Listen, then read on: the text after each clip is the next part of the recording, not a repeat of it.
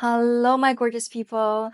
I'm going to be very honest with you. This was supposed to be a book recommendation for Hot Girl Summer, but because procrastination is a lifestyle and summer is officially over, we're just going to turn this into a sad autumn girl must read. So here are the books I read recently. They're all kind of freaky, strange, weird, insane, chaotic. And this was not intentional. I didn't walk into Indigo looking for weird books. The weird books were looking for me. So without further ado, let's unravel together. The first book I read was Julie Chan is Dead by Liann Zhang.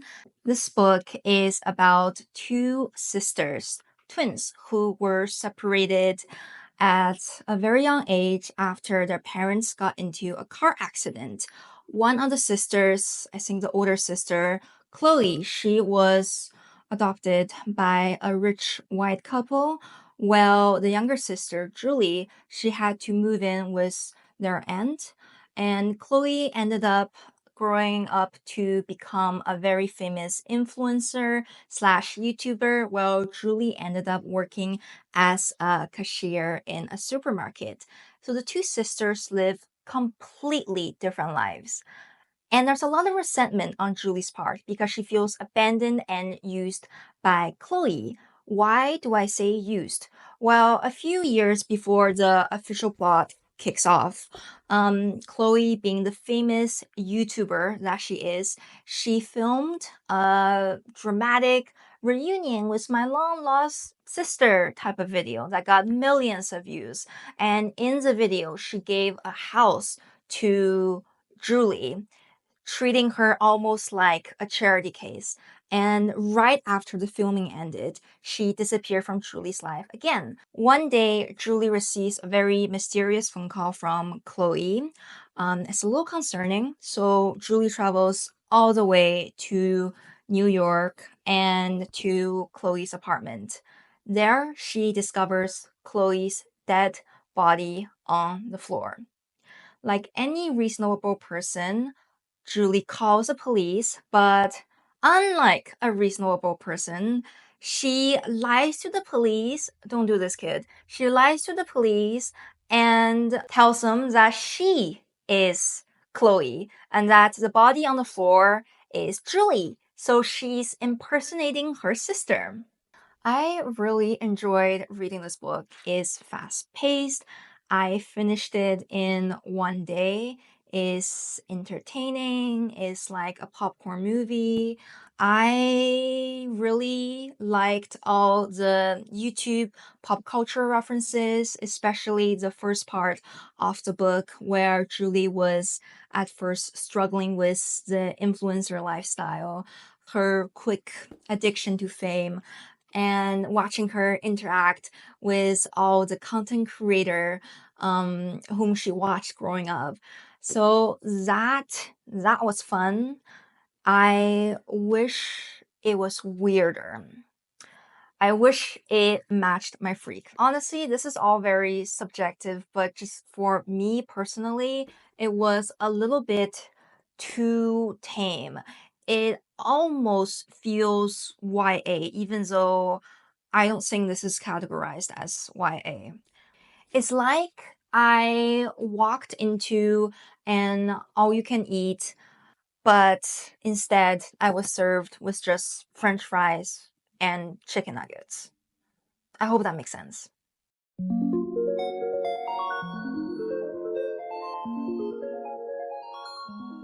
Now we're going to talk about The Lamb by Lucy Rose.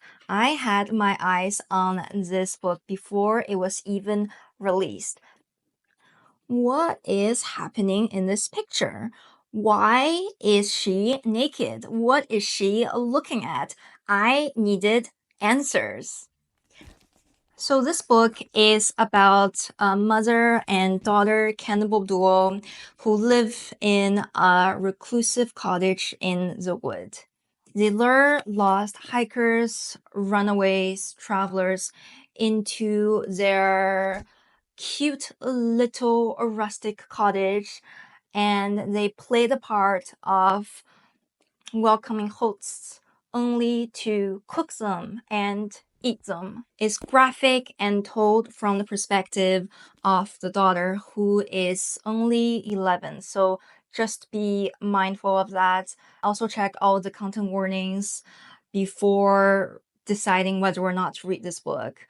I love dark, bloody fairy tales with a feminist twist, girlhood narratives about girlhood with a bite, unhinged motherhood. So this book was right up my alley, and it did not disappoint.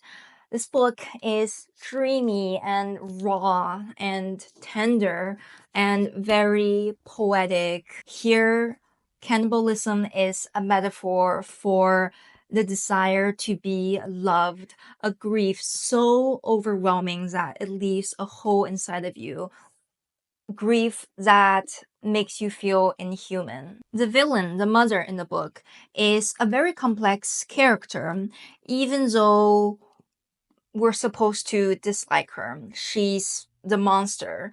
We see her committing all these acts of violence and heinous crimes, but it's difficult to fully hate her because of how much her daughter, who is the narrator, loves her. I think for little girls, mothers, no matter how flawed they are like goddesses in our daughter's eye. And this book is really a great example of that. Next, I read the one and only The Bell Jar by Sylvia Plath. What can I say about this book that hasn't already been said? Nothing.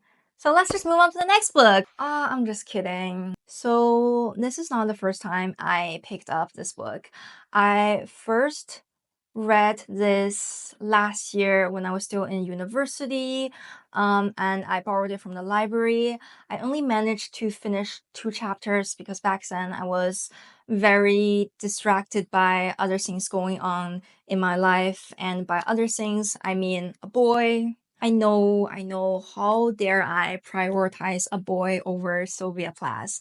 I've fully repented for my sin. Please forgive me. I think every female creative should read this book. Actually, every creative should read this book. The writing is stunning, of course it is. What I didn't expect walking into this book was how funny it would be. For anyone who's not familiar with what this book is about, it is a semi-autobiographical story that is largely inspired by the events in Sylvia Plath's own life. It details the time she spent in New York as an intern, her deteriorating mental health, her descent into insanity, and her stay at a psychiatric ward. It offers a powerful portrait of someone who has every right to be happy, yet they are not. Here we have a girl who's seemingly living the dream life. She's living in New York. Her job is very glamorous. Her days are filled with fancy parties. She's surrounded by beautiful, talented girls. She's very extremely privileged, and she's well aware of that, but she's not happy, and she feels her future is bleak. I saw my life branching out before me like the green fig tree in the story. From the tip of every branch, like a fat purple fig, a wonderful future beckoned and winked. One fig was a husband and a happy home and children, and another fig was a famous poet, and another fig was a brilliant professor, and another fig was E.G., the amazing editor, and another fig was Europe and Africa and South America, and another fig was Constantine and Socrates and Attila, and a pack of other lovers with queer names and offbeat professions, and another fig was an Olympic lady crew champion. And beyond and above these figs were many more figs I couldn't quite make out. I saw myself sitting in the crotch of this fig tree, starving to death, just because I couldn't make up my mind which of the figs I would choose. I wanted each and every one of them, but choosing one meant losing all the rest. And as I sat there, unable to decide, the figs began to wrinkle and go black, and one by one, they plopped to the ground at my feet. Ah, isn't that just so relatable? This indecision to decide what you want to do with your future, this idea of choosing one path meant sacrificing all the rest. So you just do nothing and watch your own future crumple in front of you. If you have this book in your collection that's been collecting dust for many, many years, this is your sign to go read it right now.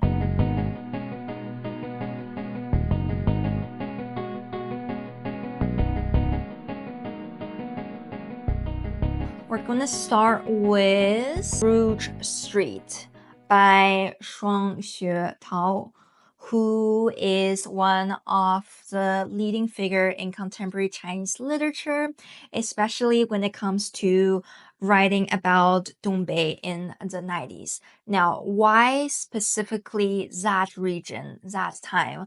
I'm going to quote from a research paper. Often dubbed the Rust Belt of post-socialist China, Dongbei occupies the center of this ongoing cultural boom in epitomizing the regions, where a generation of state-owned factory workers were dismissed and turned into disposable lives during China's structural transition to economic marketization. Among the 25 to 70 million factory workers who were laid off during this process, about one-fourth were from Dongbei. In the 1990s, the struggles of these dismissed workers were often overshadowed by an official discourse centered around China's meteoric economic growth. As a result, numerous workers were left on their own to eke out a living in their displaced habitats and cope with a series of social problems, including infrastructure breakdown, economic recession, mass emigration, spiking crime rates, and widespread mental illness. In essence, a lot of people lost their jobs. There were hungry mouths to feed. Crime rate was up. Families or broken cities that used to be prosperous fell into ruins. Well, you don't need to be an expert on Chinese history to enjoy this book. Having some knowledge surrounding the cultural context will definitely enhance your appreciation of it. I actually read these stories in Chinese years ago and I loved them. So I was really, really looking forward to the publication of the English translation. Okay, here's the thing. I have a love and hate relationship with stories that are translated from Chinese to English. No matter how good and accurate the English translations are, they never really quite reach the same emotional height as their Chinese original counterpart. Is almost like something inevitable will be lost in the translation, something intangible, something shapeless, emotions that could only be conveyed in a maze of rigid lines rather than alphabets. I don't know if any other bilinguals feel the same way as I do. Please let me know in the comments. Back to the story. My favorite in this collection is Moses on the plane. It is told from the perspective of multiple characters, interweaving a serial homicide case with the fate of two families.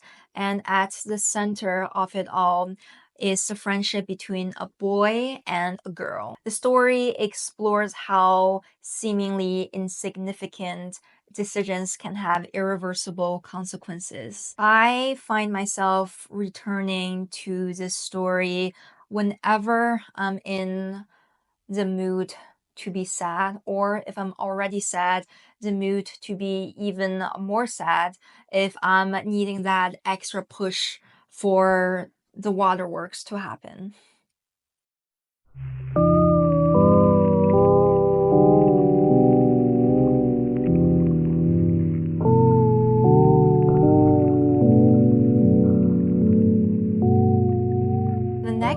book we're going to talk about is Verdigris by Michele.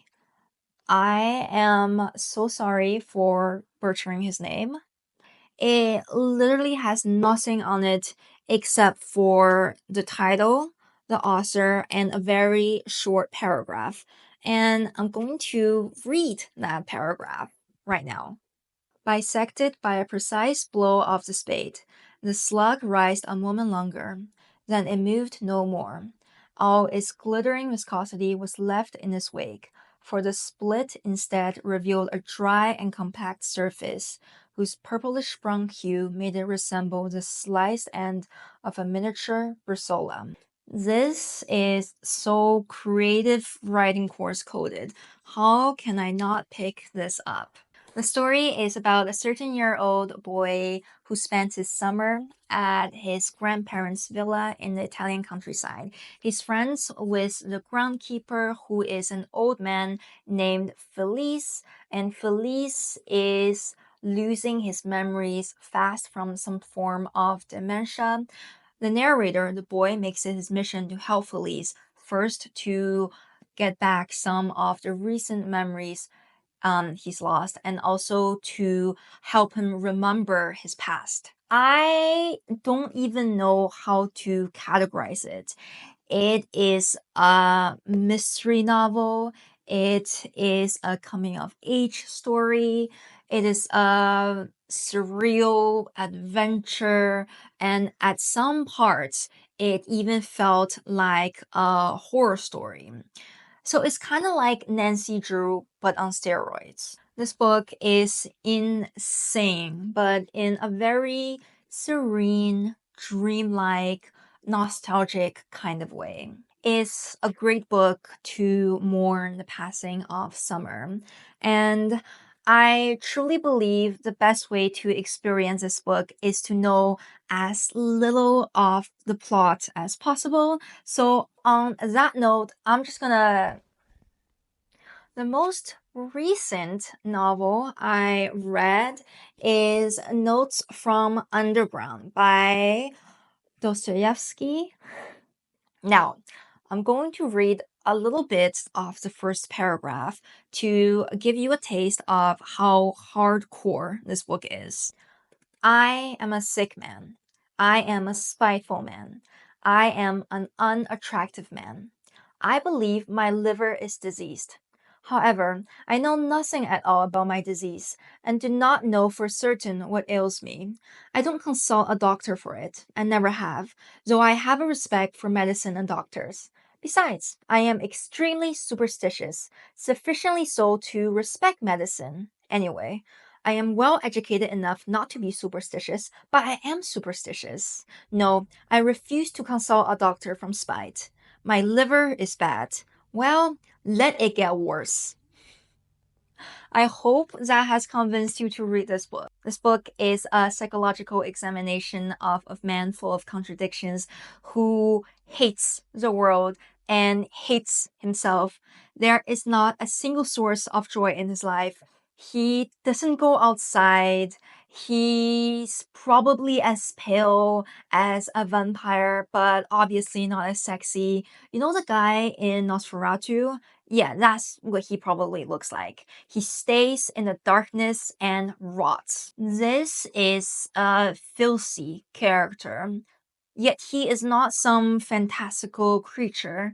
He is a reflection of your worst qualities. By you, I mean us, everyone, humanity. Structurally, this book is divided into two parts. In the first part, he rambles on and on about various philosophies concerning freedom, logic, suffering, and he makes a very good point about how suffering is a precondition to consciousness. In the second part of the book, he recounts a humiliating experience that has haunted him for many years. The man from Underground is definitely not a lover boy. He's a hater through and through. But you know what?